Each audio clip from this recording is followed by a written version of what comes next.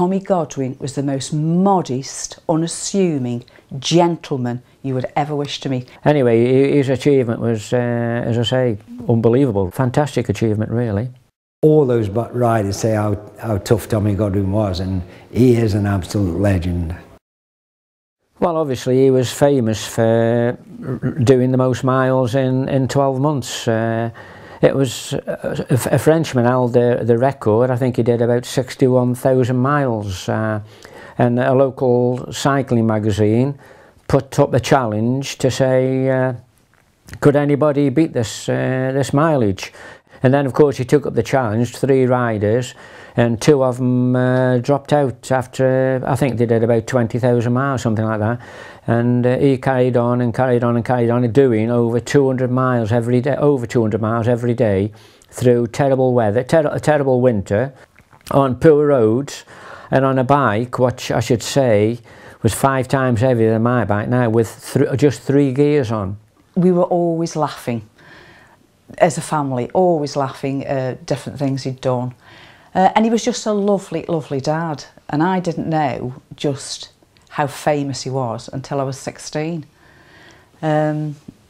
Which, you know, would seem strange, considering his eldest daughter. But I didn't know, because he never talked about it. I now know, without a shadow of a doubt, that his love and passion for cycling started from necessity. He was the eldest son of 10 children, born into poverty that you just wouldn't believe. He didn't even own a pair of shoes until he was 15. And he cycled.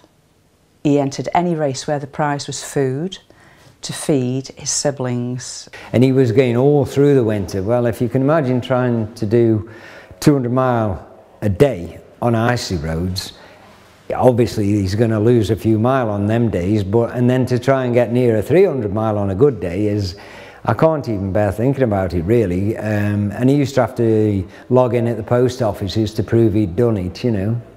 That apparently the day war was declared, September the 3rd, 39, he was 9 months into the record, war was declared, and apparently he picked his bike up in sheer frustration and threw it, because he thought he'd have to finish his world record.